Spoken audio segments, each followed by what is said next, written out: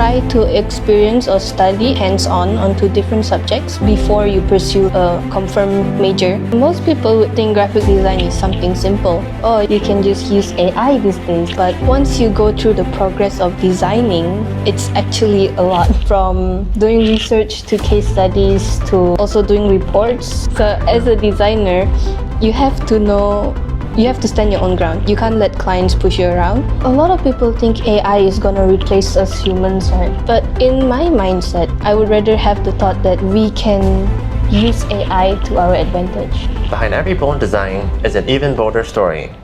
And Kaisel's story begins with color, imagination, and the courage to become the person she truly wants to be. Hi guys, I'm Analyst, and welcome to the Success Compass, where we connect with inspiring young people from around the world who are shaping their own lives and making a positive impact. My guest for today is Kaizel, a graphic designer at Sony who's learned the importance of pursuing her true passion and overcoming her past self. From facing family resistance to pursuing design, from being introverted to discovering her true identity, Kaizel shows us what it means to become a better version of yourself. In this conversation, she will share with us how she transformed challenges into confidence and why happiness, not approval from others, is her guiding compass. And so without further ado, let's jump into the conversation. Welcome to the channel, Kaizel. Thank you for having me. Okay, thank you for being here. And so before we begin, can you briefly introduce yourself to help us know you better? Okay, so hi everyone. My name is Kaizel and I'm currently 23 years old. I'm from Sarawak. So as you guys know, Sarawak is not a big place compared to KL. By big, I mean it's not as exposed to trending things, to social media. So I came here to study graphic design, and it has been my passion until today, until forever, God knows. And as well as I've been studying design my entire 3 years in degree and 1 year in foundation. Nevertheless, it didn't force me to stop, or it didn't force me to want to do design. And right now I'm a designer in Sony, which leads me to this very amazing job, which helps me to grow even more and makes me want to be even better at design in the future. Yeah. Thank you for that introduction. We'll dive into her career and Sony later. And so we'll jump to the first question, which is, how would you describe yourself with 3 keywords, and why would you choose those 3 words? Okay. As I describe myself with 3 keywords would be outgoing, playful, and very, very flexible. And as to why I describe myself with those 3 words is that outgoing is that I'm the type of person who you would ask to hang out and I'll be okay with it. I wouldn't cover myself, I wouldn't hide myself out of society. I'll go out my way to expose myself to something new, especially when it's with connections as well. As we know, connections are strong in your job life especially. Yes. And also your friend life, and also you never know other perks other people could give you. And then as for playful is that I'm never too serious around people. I'm never too mean around people. I can joke 1 or 2, but if it's too sensitive, I'll back off. Yes. But I wouldn't go my way and be mean to people. I'll have a smile. I'll even watch random shows with people. I'll do something crazy for fun. So that's one thing. And as for flexible is that you can have me in any type of person you would want. For example, you want someone to be there to listen to you. I'll be serious and I'll listen. If you want someone to have a laugh with, I'll laugh with you as well. Regardless of my emotional state, I kind of put what people feel, try to balance and connect it. That way we have a very nice synergy between friends, rather than feeling awkwardness and distant. Same goes to families as well. Sometimes when my mom is in a bad mood, I'll tone down my playfulness and try to make her feel better. And also flexible in another sense of creativity. So basically thinking outside the box, not just thinking, oh, I like minimal, so I'll stick to minimal, but there's also abstract, there's also colorful, there's also simple and very smooth gradient or something. So yeah. Yeah, outgoing, playful, and also flexible. Right? I think those 3 words describe yourself very well. And so based on that, what would you say is one element or aspect which sets you apart from most of your peers? One of them would be I'm very, exploreful? Like explorative? Yeah, explorative, sorry. So I'm very explorative. I'm very much into like testing the waters. And if the water suits, I'll just jump in. If it doesn't suit, I'll get out. Yeah. So the difference of me and my peers is that I would try a lot of things, even if I know that I'm gonna fail, even if I know there's probably no hope, but I'll try for it. Yeah. I see. And would you have any advice for those young people out there who are maybe hesitant to try new things because they're either afraid or just unsure of what might come? Okay, so one of the famous terms is you'll never know if you never try. Yeah. So regardless of your fears, that fear is what drives you to success. So regardless if it's a failure or a success, at least you know the outcome, at least you know that you've tried, rather than thinking you could have done this, you could have done that.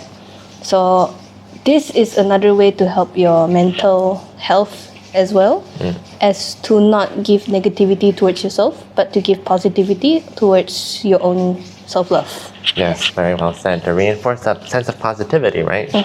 Yes, wonderful. And so, as someone who is working in design right now, right, what prompted you to choose this major in the first place, and what do you wish to achieve through design? So at first, at the very beginning, I come from a science side in high school. I was learning biology, psychology, chemistry, and at maths.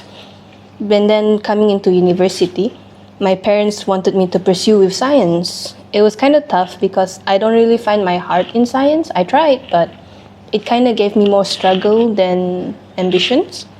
So I try to pursue my parents to allow me to take design. That's what I feel like my passion is onto, where I like to play with colors, I like to play with text, with shapes and sizes. And when I see like posters or magazines, I would see, oh, this is a nice alignment, this is a nice hierarchy of text. So my passion is diving deeper into those design. So again, I persuade my parents a lot. By persuade, I mean like I don't only tell them I want to be in design.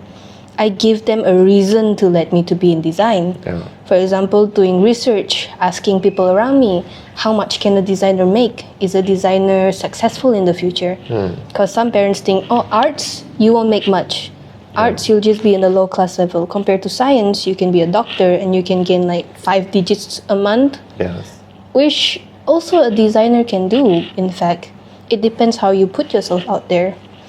Science people might have it easy, although their studies are hard, but when they get the job, it's easy money for them. Meanwhile, designers, the study is easy, but finding the job is hard.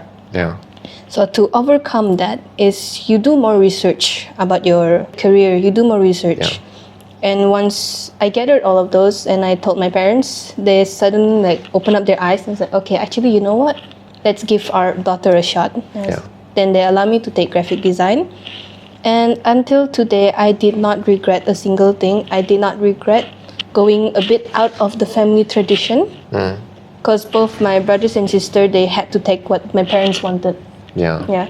So I wanted to be the one to break tradition. Break the cycle, right? Break the cycle, Yeah. rather than being the typical Asian kids who listen to their parents. Yeah. Oh, you have to become a doctor, you have to become a Lawyer. lawyer, you have to become, I don't know, an engineering kid or something like that.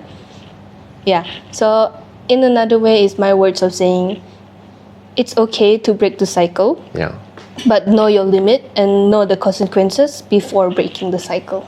Excellent advice. And it also seems that it is a difficult process for you, for yourself as right. It's not simple as simply choosing whatever comes to mind, but also doing research, understanding the field, understanding what the work will be like, right?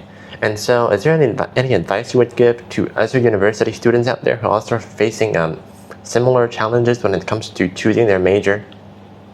I would say don't stick to one thought.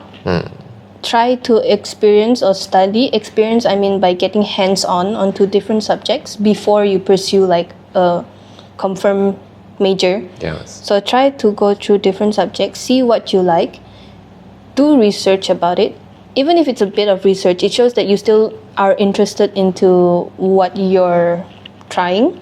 And then afterwards, you can try to talk to your parents. Or if your parents just allow you, then sure, even better. So So you can just take what you want and keep your head in the game and not try to think like, oh, I'm already in design. I studied in 1 year and it's like, oh, actually I want other things. So confirm what you want first, and then afterwards you put your heart into it. Yes. Yeah. Also explore before you choose, right? Explore before you choose. Yes, because you need to choose wisely as well. Yes. And so for those of us who might not be familiar with design, what is graphic design really like? Like, what are the realities of working in the position? So most people would think graphic design is something simple.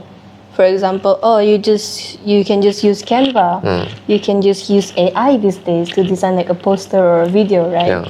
Or they'll be like, oh, that's so simple. But once you go through the progress of designing, it's actually a lot more. From doing research to case studies to also doing reports, onto doing text finding, color finding. If you want to do like a logo, you have to do research on similar logos, whether the logo you made is already copyrighted or not. Yeah. So all of this is like and data analytic as well. And not only that, it's also for clients where they're kind of, well, we know how clients are these Demanding. Demanding. They think we're the ChatGPT and they've been like, can you just make this smaller? Can you make this brighter? So as a designer, you have to know, you have to stand your own ground. You can't let clients push you around. Yeah. And this doesn't only affect in your workplace, it also affects you as a person, where whatever you want or whatever you know your limit is, you have to stand your ground. You can't let other people push you around saying, go get me a coffee, or like, can you do my homework for me? Sometimes can, but not always. Yes. For example, like client, they can ask you to change things, add things, but they can't always keep telling you to do because it takes up your time as well. Yeah. Yeah, they're paying you for your time, yes, but you have your own life outside of work. So that's one thing you have to keep in mind, to keep your self-balance and not go crazy while doing work. Yeah, exactly. Some people, they just let work get onto their head. Yeah. But yeah, as a designer, you have to have a lot of patience and as well as a lot of respect towards yourself. Very well said. And so speaking of using AI tools in design, right, what's your opinion on using that? So a lot of people think AI is going to replace us humans, right? But in my mindset is that no one can replace human, because if, as you can see, some of the AI videos are kind of wonky. Yeah. So some of the posters are not right. Yeah. You'll see some imperfections still. So instead of having the thought that AI is going to take over, I would rather have the thought that we can use AI to our advantage. So we're already a designer, let's say, or even so, let's say you're a journalist. You can use AI to make your work better. Yeah, to augment your work. Yes, correct. So for example, me as a designer, I can use prompt to find what I need and I'll place everything together. Something AI cannot do because it'll be weird, the outcome. Yeah. Because you can't get what you want using AI. You can get what you want with the help of AI. Same with writings or let's say video editing or anything. For example, engineering, accounting, you can ask AI to help. So don't be afraid of AI. Use them to their most limit. That way you can strive to your most limit as well. Yeah, I think I also agree with that, because I think that AI art, right? Art or AI works of art aren't really in the same category as authentic pieces of art, because I think they miss a human element in the creative process and in terms of the creative ideas, right? Same thing when you write with a novel and you'll be like, humanize this. Yeah, So, exactly. It's still different fundamentally. And so, what does the creative process look like for you personally? And what do you find most interesting in design? So creative process is not only to learn more about design, but to learn more about the design in other companies or other person. Because then, for example, like Starbucks, you know their background story of the logo. Some people may not know, but doing research, you know that Starbucks has gone through a lot of interesting logo changes. Yeah. And also there's Coca-Cola, there's Pepsi. You'll see all why the small changes. And then learning the data on how it interacts, how it attracts customer more. You can apply this onto your new era of design. Either that, or you can learn from previous one and apply the previous one to this era. Just try to like catch attention. Yeah. And yeah, the one of the interesting thing in design is that the ability to learn and apply, I would say. So then again, you learn and you apply. Yeah, exactly. And so it also seems like that design isn't really this entirely just creative or purely artistic process, right? There are also statistical elements in there. You also have to analyze the data, maybe also how the clients respond to the design, right? So all these elements also factor into the design process. So yeah. And also, how do you stay inspired as a designer? Because it seems to me that design is something which you really need to have those creative elements or those creative sparks. So how do you continue to stay inspired? My one way to continue to stay inspired is that you expose yourself to other people's design. For example, go to exhibition, go through Pinterest or any online community about designing, and also reading through people's, let's say, successful story. Yeah. This pushes your mentality to think that you can do better as well one day. And also to stay inspired is that you think about what you want. So for example, you want to earn a lot of money. We all need money in this economy. Yeah. It's very tight. 2K allowance is already painful enough. And so, okay, you think you want money. How are you going to get money? You try to think backwards. Although people would say think forward, right? But you try to think backwards. You want money. How you get money? You need a better job. And you need like a high post kind of job. How do you get high post job? You start with a job. And then how you go through that is that you need to finish your degree, finish your foundation, and overall. So that's how you stay focused and how you stay inspired. I think that's a very nice mindset to think from the end and then to reverse the thinking process to what you need to do now and to link it together. Wonderful. And so if you are given the opportunity to choose again, would you still choose to study design? To be honest, for the fun of it, I would go with anything related to physics. Physics? Yes. Wow. In my high school time, I really find physics very interesting, where you learn about momentum and water buoyancy. It's really nice, and to think that you can do a lot of experiments using this and apply it in your daily life. Yeah. However, I would still need design as my sub career. Yeah. Because I know that I will need to do a lot of presentation. So I've seen some presentation slides that are needed in Yes, that's very true. Some of my friends in aquatic science, they also asked me to help design something for their projects and all. Yeah. So having a side career as designer is still a plus. It's not a minus, it's a plus. I fully agree, because I think we all need a bit of appreciation for beauty and art in our lives, whatever we do, right? Yes, correct. Yeah, wonderful. And so now you're working under a contract for Sony, right? Which makes me curious as to the story behind how you came to acquire this role and come to work for such a reputable company. At first, my story kind of started out as a barista. I was working barista for 3 years. And then I started knowing people from like Nico Neko, for example.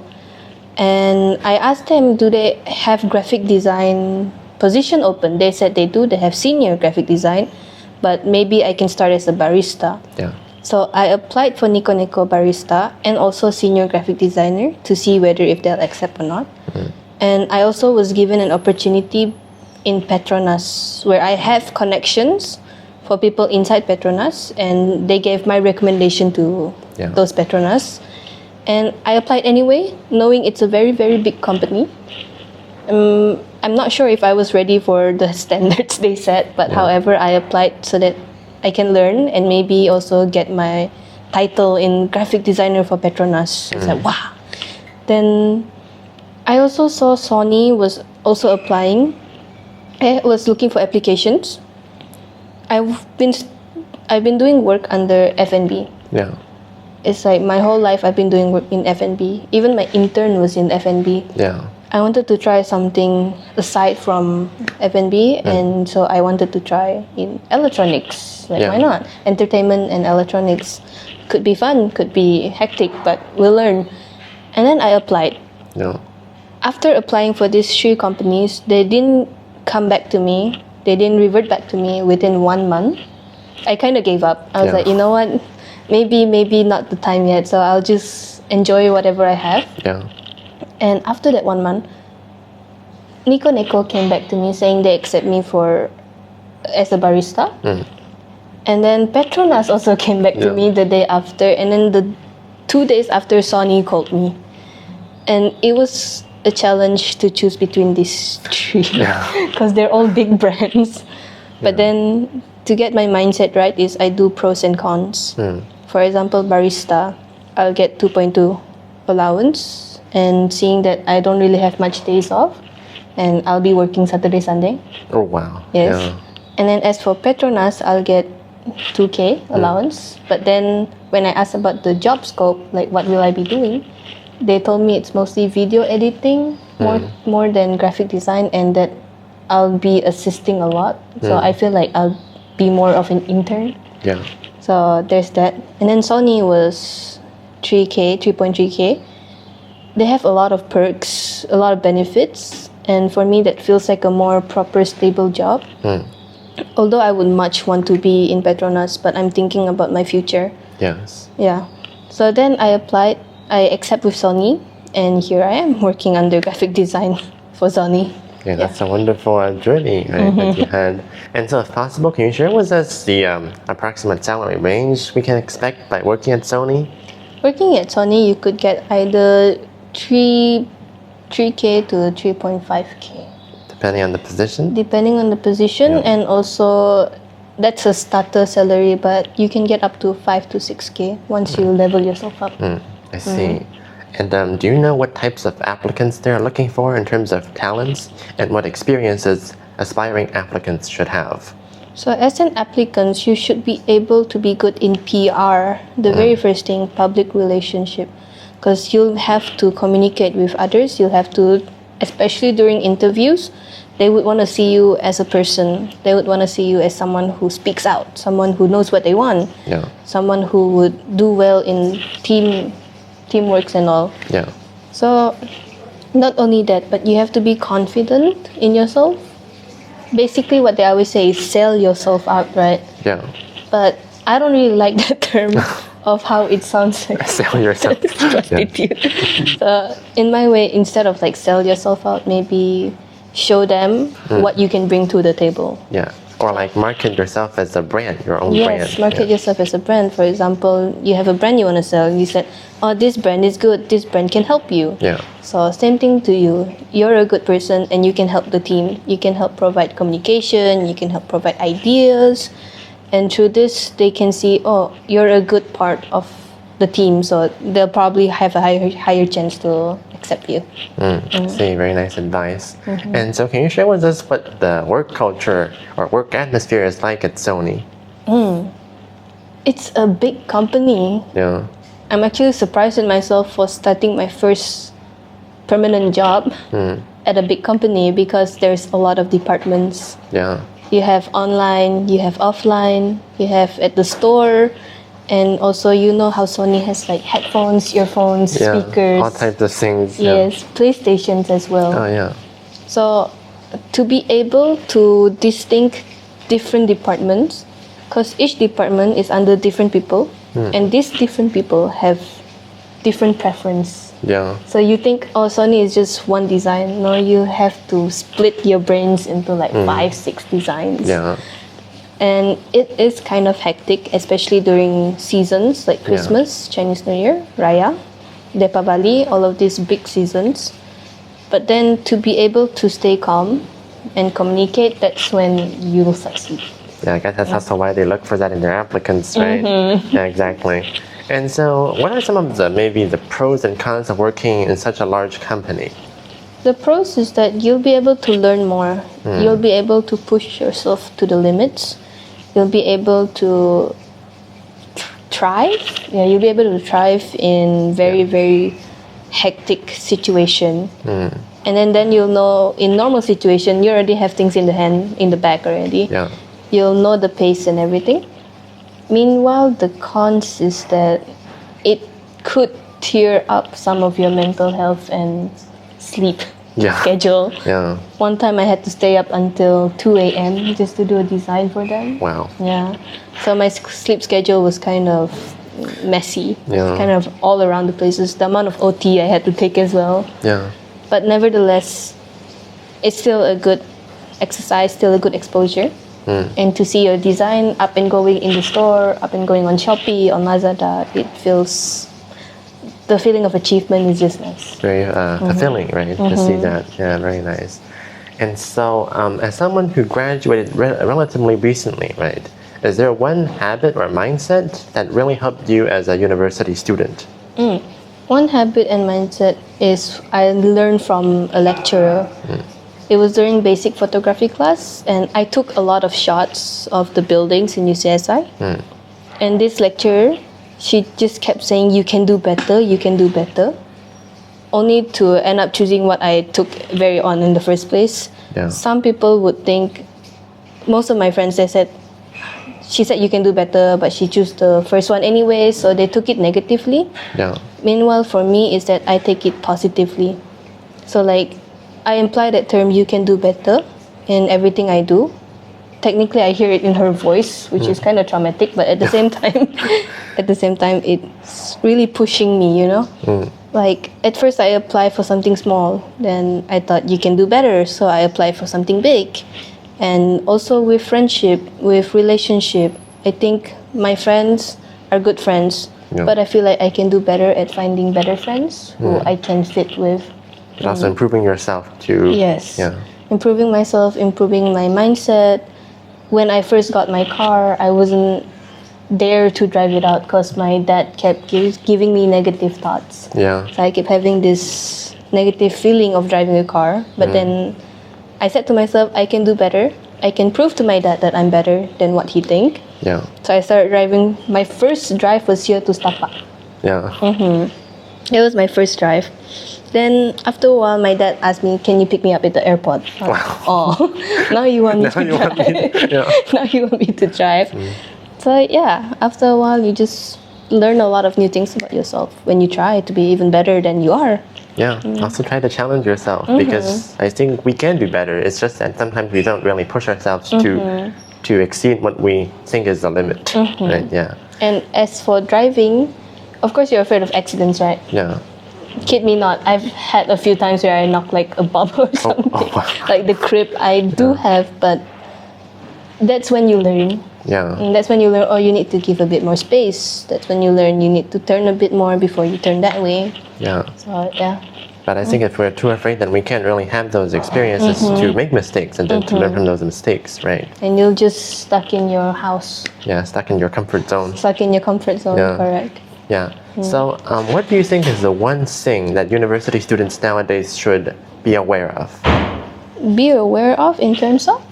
Like in terms of anything you think is important to university students, in terms of maybe career or relationships or something? So there's 3 things you should be taken in consideration as a university student. One is your career life, how you're going to proceed with your career life. 2 is your relationship. Let's say you have a loved ones or you don't, but it's okay. Your relationship on who that person is. Yeah. And 3 would be your friend group. I would say this 3 is the most important thing because it builds you up as a person. It builds you up as a person after graduate because, okay, some friends, they stay after graduates, but we all know we all going to have jobs. Yeah. They'll be separate. You'll be on your own. You have to rely on yourself. So that's something, you need to find a friend who can support you throughout anything, which is very nice. Yeah. Rather than having those who just disappears and you have your mindset down, so that kind of drags you down as well. As for relationship, is find a lover, boy or girl, to support you throughout your studies and not, bring you to the wrong direction. Yeah. If you want to be successful, that is. And as for career, is that you really focus on what you want. Try not to overthink. Kind of hard, easier said than done. Yeah. But try not to overthink about the future too much. You do step by step. You try to get what you want. For example, if you're targeting straight A's, you get that straight A. And for me, I don't really look at my grades. I kind of stop after knowing how the education works. I kind of stop. But what I do is I find connections. Yeah. Because if I can't get A+, I can at least get connections to get me recommendations. Yeah. That's a very nice mindset and very helpful practical tips we can apply, right? Because of course academics is important, but we should also understand that there are many other elements beyond academics, right? And connections will really help you go a very long way after you graduate for decades even. Yeah.